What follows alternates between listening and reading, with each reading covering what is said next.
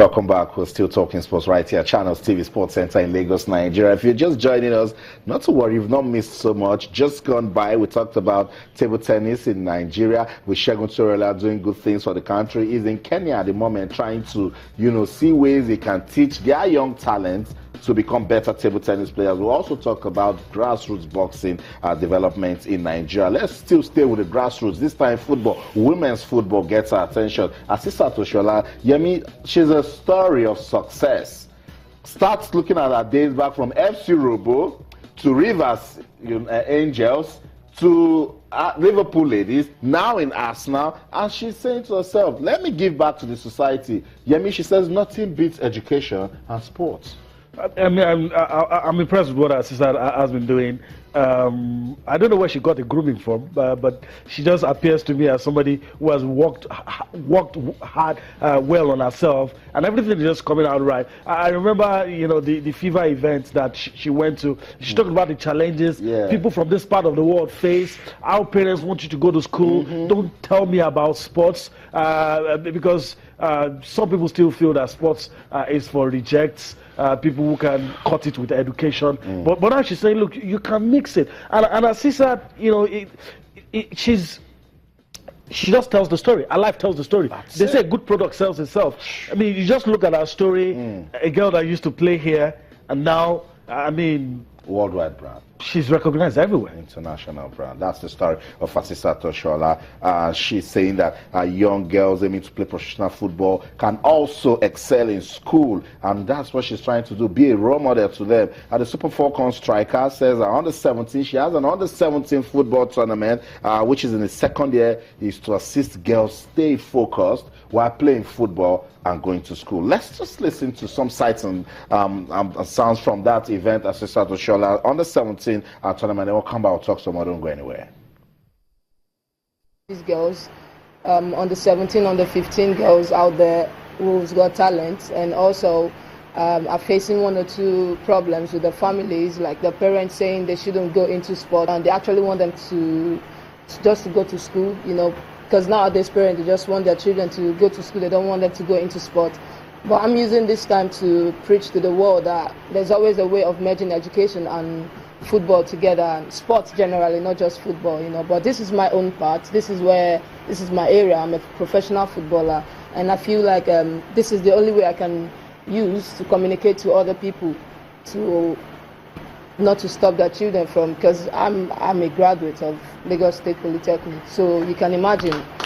I think that if we all took time for our very busy schedules to use what God has given us to help those who are less privileged than us, we will all be better for it. I will support this event, not only with my presence, but I will also donate to this charity. For somebody this young and this early in her professional career to start to want to give back to society, you have to commend that. And then what I would say is that from here onward, the Lagos State Sports Commission will be part and parcel of this initiative.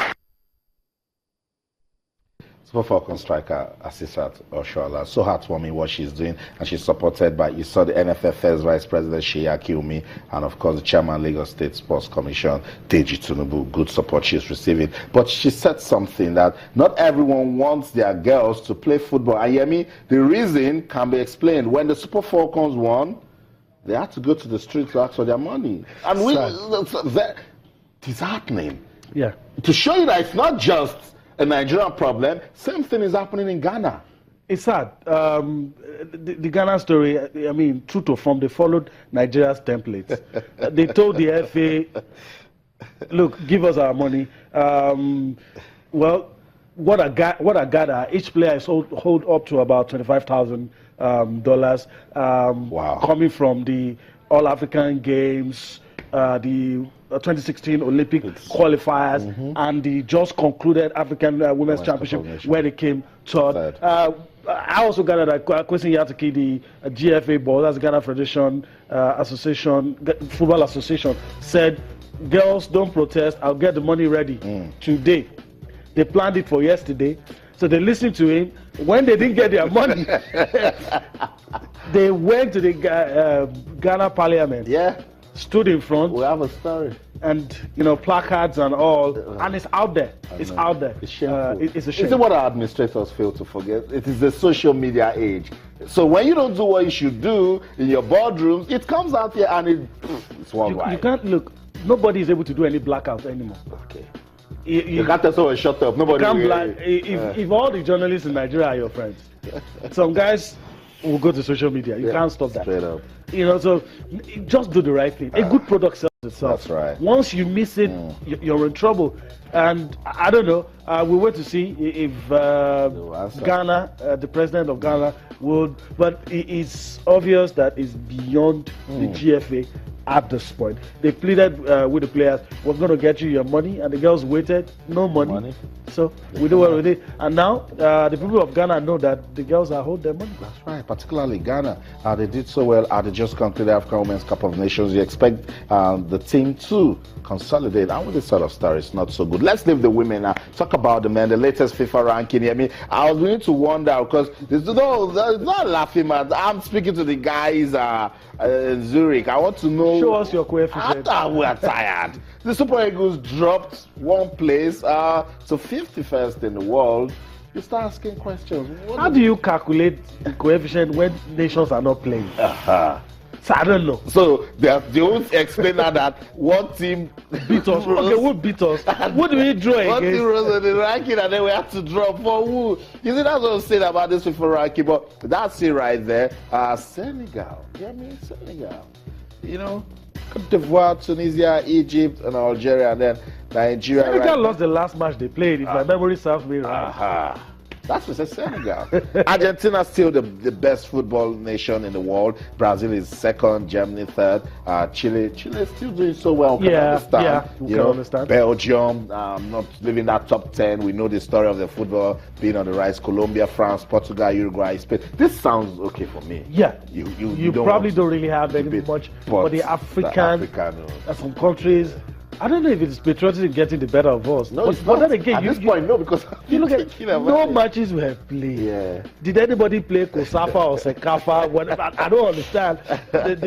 Because they've always told us that we don't understand the coefficient. Okay, fine, we don't understand the coefficient. What matches were played? Yes. Against who? So, I mean, did we lose? Did we draw? We didn't do all of that. If you had left us on the 50th position, who understand? I'll keep quiet. Or moved. But we're taking a step down. Yeah. I mean, especially when we know that going down signifies things that we don't. It reminds us of what is going on in our country that we don't like. I know. So that's the story of the FIFA rankings. Let's hear from you. What do you think? What is FIFA's coefficient in doing this ranking? You can talk to us on Twitter channels, Sports, Facebook channels like Facebook. Let's go to Washington DC. Maybe Sonny Young knows what FIFA does that we don't. Sonny Young will explain to us because the United States of America, I see they are doing well in the rankings. So if Sonny is ready, Sonny, good evening. Welcome to the show. Happy holidays, Austin, and sporty seasonal greetings to all your viewers all across Nigeria. Great to be back on Sports Tonight. Great to have you, Sonny. Happy holidays to you also and the team at the Voice of America. Sonny, good to have you. Let's begin with your country's football. Number 26 in the world. I think that sounds good. But, Sonny, do you really understand how FIFA comes about with this ranking? Austin, I think you need to be a professor of mathematics to figure out those monthly FIFA rankings. It's crazy. I agree with you. I think Nigeria should be higher than 51. Yeah. I think based on their recent performances, the Super Eagles deserve a better ranking. My understanding of the rankings, they're based on a 4-year cycle. So I guess we're going back to 2013 and results from there. However, recent matches from 2016 are weighted heavier, and full-fledged FIFA matches, like, say, a World Cup match, you get more points than you would for, like, a friendly international, say, between Nigeria and the United States. Quick correction, Austin. Number 28. USA number 28 in the FIFA rankings. Bruce Arena's got his hands full, Austin, with the American squad. They're right now he's going to try to get them to Russia, but they lost their first two 2018 World Cup qualifiers against Mexico and Costa Rica. So Arena was brought in to replace Jurgen Klinsmann, kind of rescue the troops a little bit. His plans for the new year, at least in January, he's going to bring them together in mid-January for a training camp out in California. And then at the end of the month, on January 29th, the USA will host Serbia in a friendly international match, and that will kind of cap the training camp for the USA. But I think Arena's going to have he's got his work cut out for him, Austin, to get the Americans to Russia in 2018. Tough one for Bruce there. But he's been there, done that with America before. Let's see if he can do it again. Let's talk about the NBA now. Sonny, last season, I was pushing that we must test Steph Curry for the alien DNA. This season, we must test Russell Westbrook. I love that, Austin. Test him for alien DNA. That's a great line. Russell Westbrook has been phenomenal during this first quarter of the NBA season. He had 42 points and 10 rebounds on Wednesday night as Oklahoma City Thunder, they stormed past the New Orleans Pelicans. Quick shout out for Anthony Davis of the Pelicans. He had 34 points and 15 rebounds. He's also played very well during this first quarter of the NBA season. But yeah, Westbrook, Austin, has been tremendous. It seems like every game he's getting that triple-double, as they say. So he's really a fun player to watch. I think he's actually been the most valuable player of the past two NBA All-Star games. So he's a great player. And I think in some sense, Austin, maybe he just wants to really show that the Thunder is more than just Kevin Durant. Of course, Durant was traded to the Warriors, but that he can help that team too. He can, Sonny, but he cannot do it alone. Remember the game against the Atlanta Hawks? He got about 42 points, but they still lost. One man can't do it. Big shout out also to Marc Gasol. Marc Gasol, one of the Spanish Gasol brothers. His older brother, Pau Gasol, plays for the San Antonio Spurs. Gasol had a great game last night, Austin. 38 points, matched his career high, and the Grizzlies scored a 98-86 road victory over the Detroit Pistons. Marc Gasol was recently named the NBA's Player of the Week in the Western Conference. Yeah, he's also I think we'll see him in the All-Star game this season, Austin. Okay, we'll look out for him. Last season, Kyrie Irving did so well for the Cavaliers. This season, I was saying, where is this guy? Where is this guy? Because when the big guys are not doing the job, he steps up. Good to know that he's back doing well again. He's doing very well, Austin. He had 31 points for the defending NBA champion Cavaliers on Wednesday night. They won again. I think it was their 8th victory in their past 9 games. Irving led the way. LeBron James out there again. LeBron scored 29 points, according to my figures. The Cavaliers won that game. They weren't at full strength, Austin.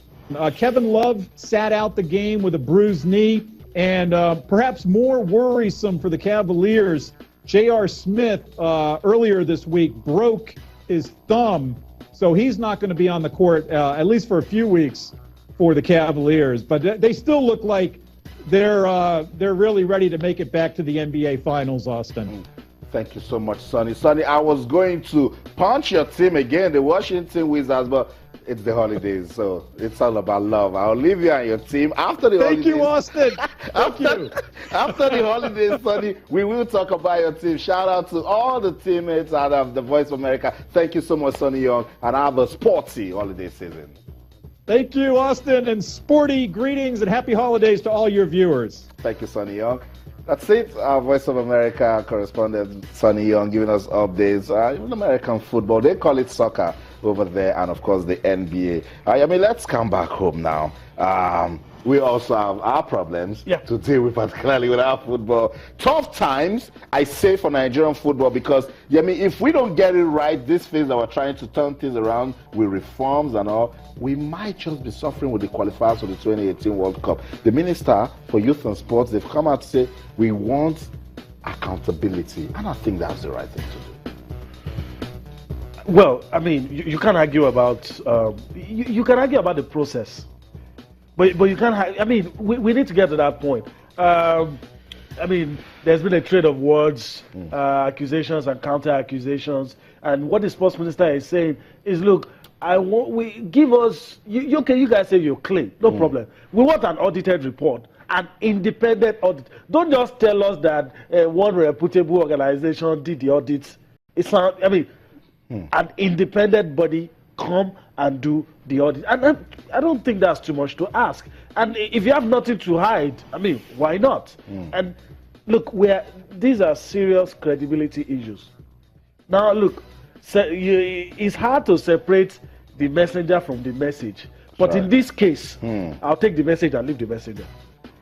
If you want sponsors to come, if you want people to see the NFF as a credible organization, you need to do this. That's right. You need to do this. Not just money you get from the government, money you get from the sponsors. I mean, it's always been thrown in our face, oh, this person is doing this company is doing this. Let's see the books. Let's see who gets what, where did the money come from, which amount. Let's know. Transparency, accountability. I mean, we'll come back to this. Oh my God, it's a very touchy issue. Let's go on a quick break. When we come back, we'll continue with this talk from the Ministry of Sports. Don't go anywhere. Stay with us.